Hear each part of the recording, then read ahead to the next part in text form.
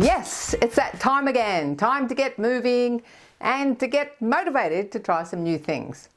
I'm Carol O'Halloran. Welcome to the show. And a very special welcome to any newbies watching today. Our first segment always has valuable information for us and our loved ones over 50. Today we're talking about MHT, or Menopausal Hormone Therapy, otherwise known as HRT. This can help with a variety of symptoms into your 60s and beyond. Any men watching, very helpful to have some info for your loved one. On your feet if you can, even if holding on to something for support for the 5-minute fitness segment. Now, what's your cultural background?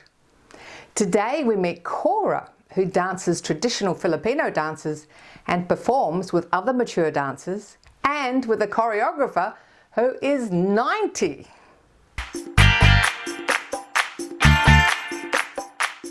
Today we're speaking with Mish Wright about hormone replacement therapy, more specifically as it relates to going through menopause.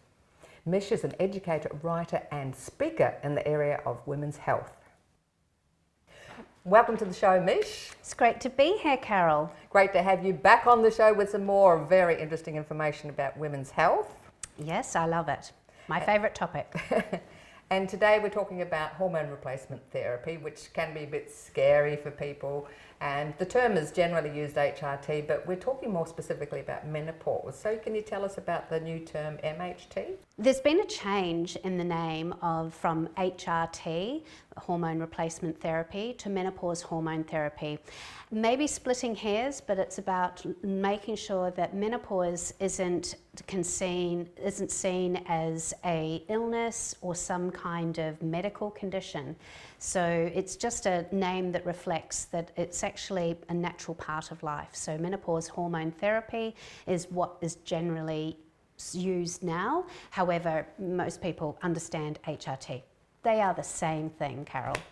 So previously on the show we talked about the symptoms of menopause. So when would someone actually look or consider going on MHT? The reason that women would look at using hormones to help with their menopause transition would be in that perimenopause stage. So that's anywhere up to 10 years before. So the average age of menopause when you're 1 year free of your periods is 52. So for women who are not going through early menopause, generally might find that their menopause symptoms are interrupting their life in maybe their 40s or 50s. But there's still some research saying that even when you're in your 50s, if you're still getting those mid to late 50s, still getting those hormone symptoms, that menopause hormone therapy can really help with that, to lessen extreme effects of menopause. So we're talking about the flushes, the lack of sleep, the lack of energy. Yeah, a whole range of symptoms that can happen through that menopause phase. And really it's because of estrogen being the main hormone that is leaving the body. Of course, there's some progesterone leaving as well, but estrogen is one of the key drivers to all the changes that are happening.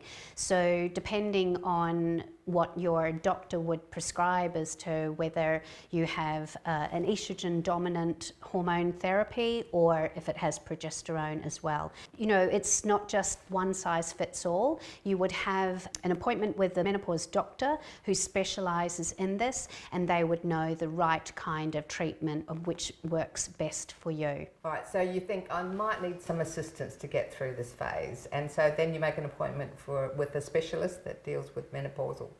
That's conditions. right.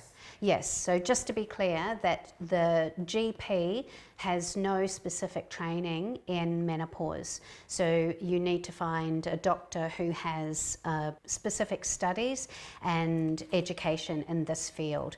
So you can find them by Googling is a good start, or asking other people. So you don't have to get a referral from your GP to go to a specialist? No.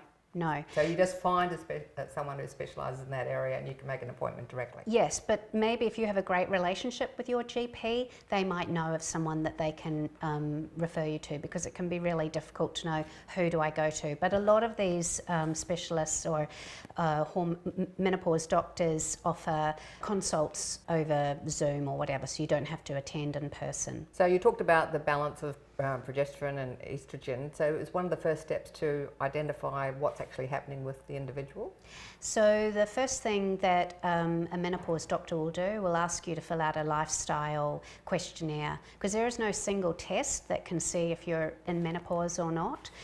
You can probably take a stab by looking at your age, but that doesn't cover women, for example, who go through early menopause, who might be experiencing these symptoms in their early 30s. So I think women need to be the best judge of their own health, and if things aren't what they used to be and things feel troubling, then to seek out someone who can give better diagnosis. But I think that there is also a reluctance to seek help, and often the medical environment can say, are your symptoms significant enough? Well, what does that mean?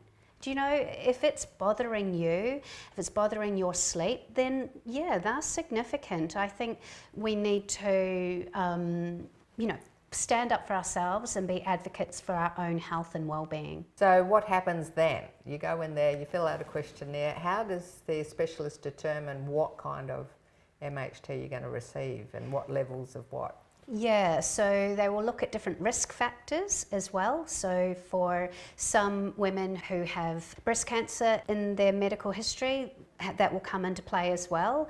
It's a bit of trial and error. So they will prescribe maybe a lower dose, and depending on what your factors are, and then you might need to up that dose, or it's kind of a relationship that there's not one size fits all. It's not like I'm going to go and get that script and fill it out and pop a pill or rub some cream on and I'm good to go. A really good menopause doctor will keep consulting with you to make sure you've got the right dosage, and also will look at lifestyle factors as well in order to help the menopause transition as well. Hormone replacement therapy or menopause hormone therapy is not a fix-it or a one-stop shop. It really does work best when it's taken in conjunction with great lifestyle factors as well. And it's not just estrogen that you might get, is it? It all depends on whether you have your ovaries or not, whether progesterone and the balance of that. Now you mentioned, rubbing on a cream and pills. Can you go through the different options, the different ways that you can have MHT? So for some women, they will apply it topically. And it can be a really great way for the body to absorb it and it not go so much into the bloodstream. So if you're taking an oral dosage as well, that has to go through more organs, so to speak, to get into your system. So for example, it can be applied on your forearm, or even to help with any vaginal dryness or things like that as well, can be topically applied. Well, to sum up with, can you just go through like the pros and cons of taking MHT? Well, it is an individual's choice and all of their symptoms, but I can tell you that if you have night sweats or it's stopping you from able to sleep well at night, that is such a big foundation block to your health. If you're not sleeping well, it's really difficult to manage everything else that life throws at you. You've got heightened anxiety, you're feeling really, emotional. emotional or just out of character, out of sorts, any sort of symptoms, then it is worth exploring what hormone therapy can help you transition through there. So I think it also has great protective, it can have a bit of heart protection and bone protection. So if you're at risk of osteoporosis as well, it can really help keep your bones strong. So there are a lot of benefits and positives for getting on hormone therapy. The negatives would be that if you have if you have a history of breast cancer, then you would have a heightened risk.